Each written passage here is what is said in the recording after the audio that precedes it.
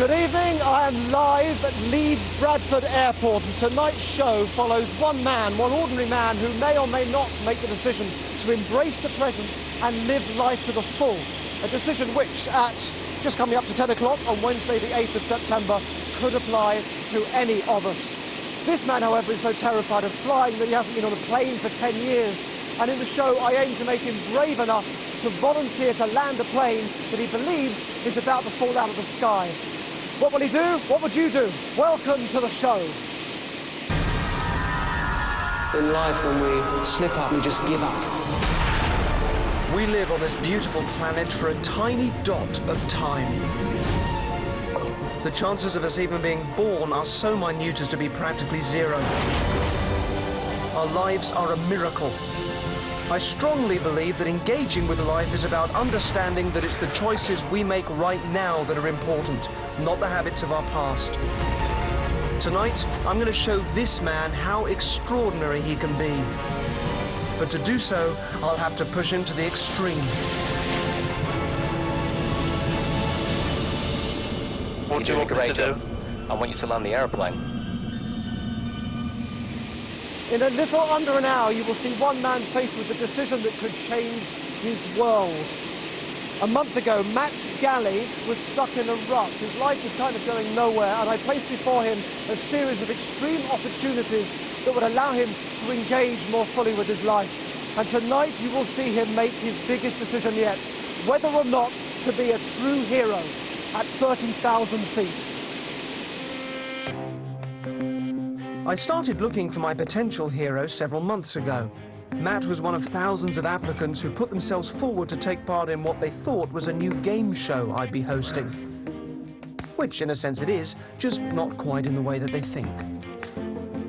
I was looking for somebody living an unremarkable life. And one man seemed to tick all the boxes. This man, Matt. He's like most of us. I like going shopping, like going into Leeds, going to cinema, maybe playing a few computer games. He's stuck in a rut. My job at the minute, I work as an insurance advisor. It's not dead-end sort of things, but because I've been there for so long, things are starting to repeat. And held back by his fears. I have a fear of flying. I don't like the way it makes me feel, so I just prefer not to do it. He seemed perfect, but I had one more test, an exercise known as the bystander effect.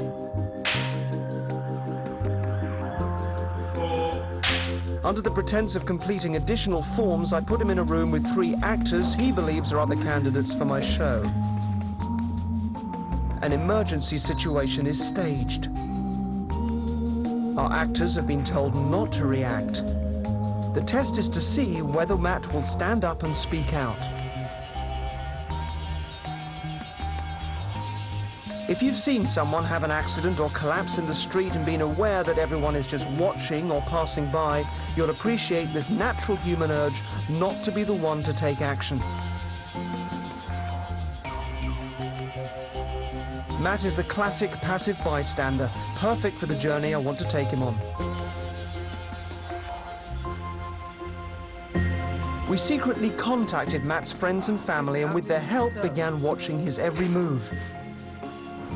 I gave myself 30 days to put in place a series of opportunities which Matt can use to change his life forever.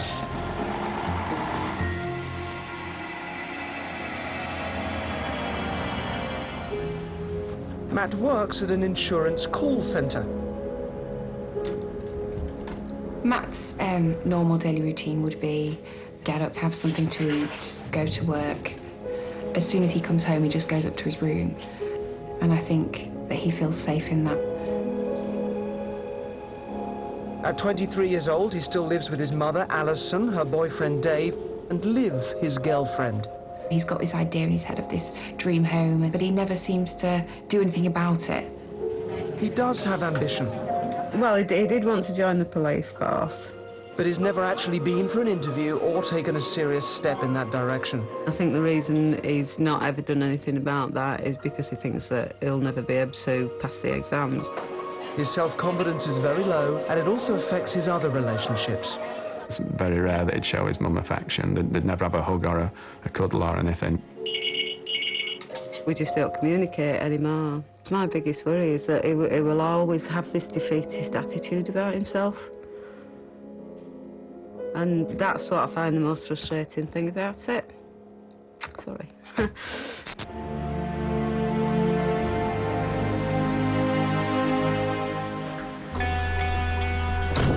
Matt and you and I are right now, this second, living the only lives we have. So it never catch me going on one tonight. You wouldn't go on it? Why not?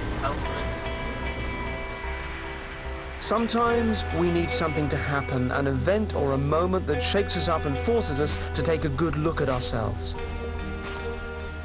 I'm just going to pull in to get some fuel. Yeah.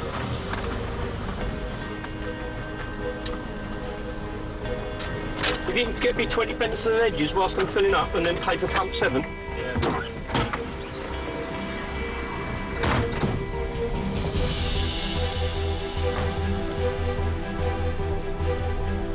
A shock to the system can make us realise there's so much more of which we're capable.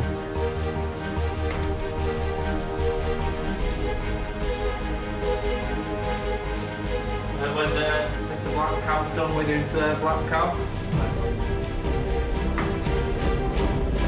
Get your hands on the fucking counter! You! Get over there! On your knees! On your knees! Hands on head! Put your fucking hands on your head! Mobile phone! Come on! Mobile phone! You! Empty the fucking till! Quick! No mucking about! Put your fucking hands on your head! Do you understand? Same goes for you! Don't even fucking look. What's your name, mate? Matt. Matt? Yeah?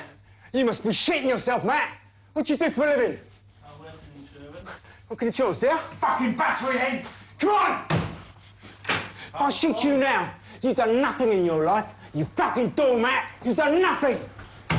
Right, don't move! No one move! Fucking monkey.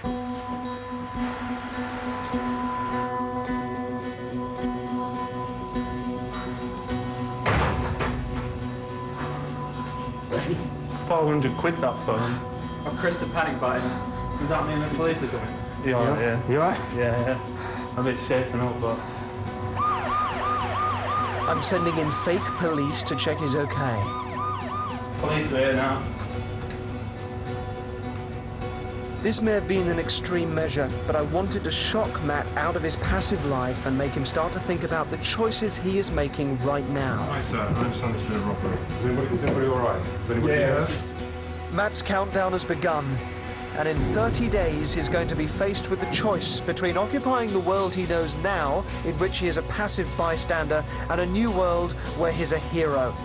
That choice will be the measure of his life. You know, like, everything can happen to him, and now he's been reacting. He told me I don't know through my life, but I thought that was a cheeky really, when he's gone old enough to come in and stuff.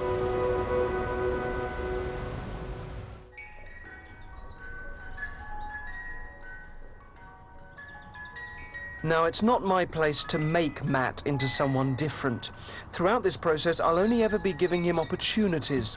He'll take what he needs to then move forward in a way that comes from within him and allows his true capabilities to emerge.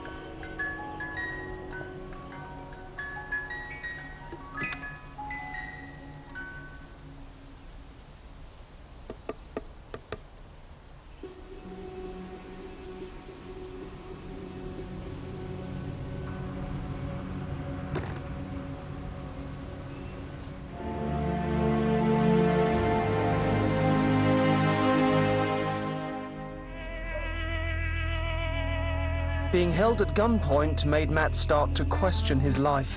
Now I want to give him the chance to find answers. So I'm sneaking into his back garden.